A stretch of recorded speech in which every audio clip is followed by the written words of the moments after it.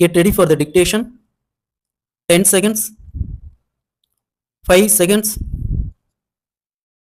Start. மின்சாரத்துறை மானியத்தின் மீது என்னுடைய சில கருத்துக்களை கூற விரும்புகிறேன். நமது மின்சாரத்துறை மிகவும் ஒழுங்காகவும் நல்ல முறையிலும் பணியாற்றி வருவதற்கு காரணமாக இருந்து வருகிற முதல் அமைச்சர் அவர்களையும் மின்சாரத்துறை அமைச்சர் அவர்களையும் நான் பாராட்டுகிறேன். தமிழகத்தின் 4.5 கோடி மக்களும் இந்த துறையை பாராட்ட கடமைப்பட்டிருக்கிறார்கள்.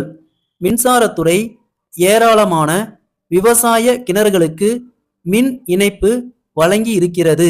நமது முதல் அமைச்சர் அவர்கள் 5 ஆண்டுகளுக்குள் தமிழகத்தில் உள்ள எல்லா கிராமங்களுக்கும் மின்சார வசதி அளித்து தெரு விளக்கு அமைக்க வேண்டிய ஒரு சிறப்பு திட்டத்தை தீட்டி அதை தீவிரமாக நிறைவேற்றி கொண்டு வருகிறார்கள். இந்தியாவிலேயே தமிழகத்தில்தான் ஏராளமான விவசாய கிணறுகளுக்கு மின்சார இணைப்பு கொடுக்கப்பட்டிருக்கிறது என்பதை புள்ளி விவரங்களில் இருந்து நாம் நன்றாக காண முடிகிறது.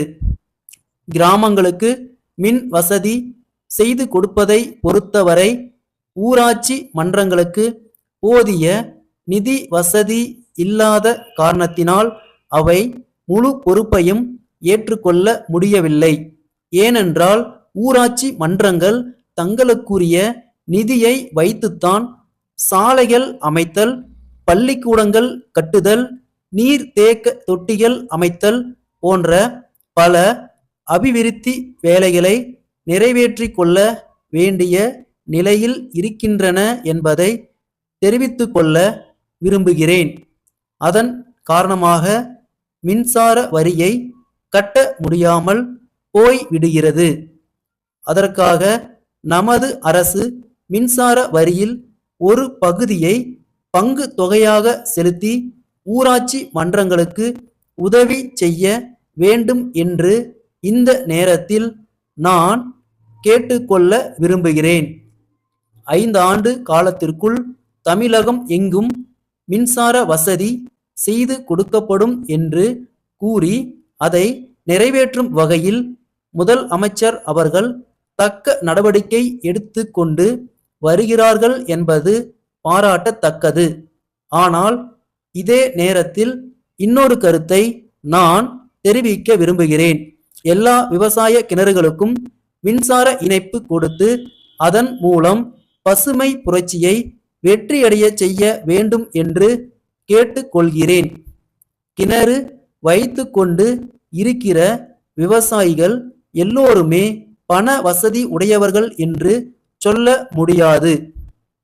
கூட்டுறவு சங்கங்களின் மூலம் அவர்களுக்கு பண வசதி செய்து கொடுத்து இதே 5 ஆண்டு காலத்தில் அல்லது அதற்கு பிறகு இன்னும் சில ஆண்டுகளில் விவசாய கிணறுகளுக்கு மின்சார வசதி செய்து கொடுக்கும் சிறப்பு திட்டத்திற்கும் வகை செய்ய வேண்டும் என்று கேட்டுக்கொள்கிறேன்.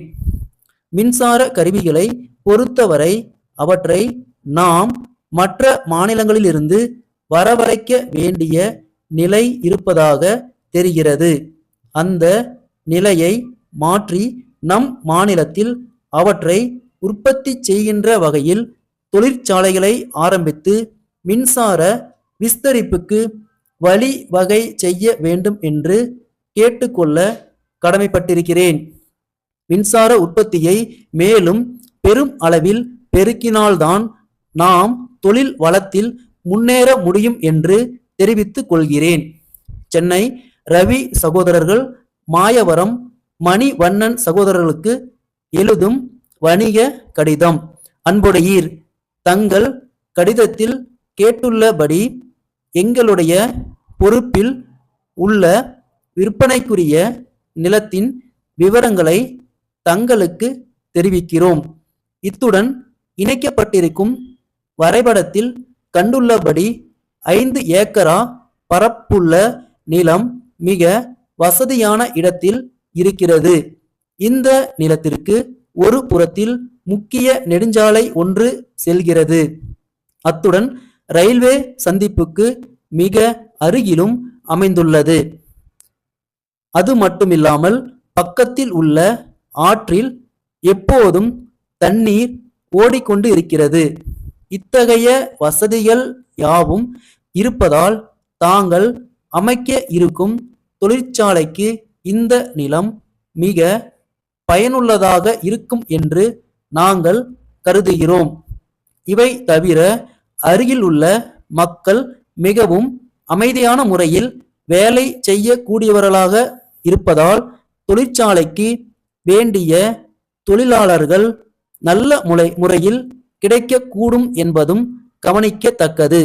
இந்த நிலத்திற்கான மொத்த தொகையையும் ஒரே தவணையாக தர வேண்டும் என்ற கட்டாயம் இல்லை.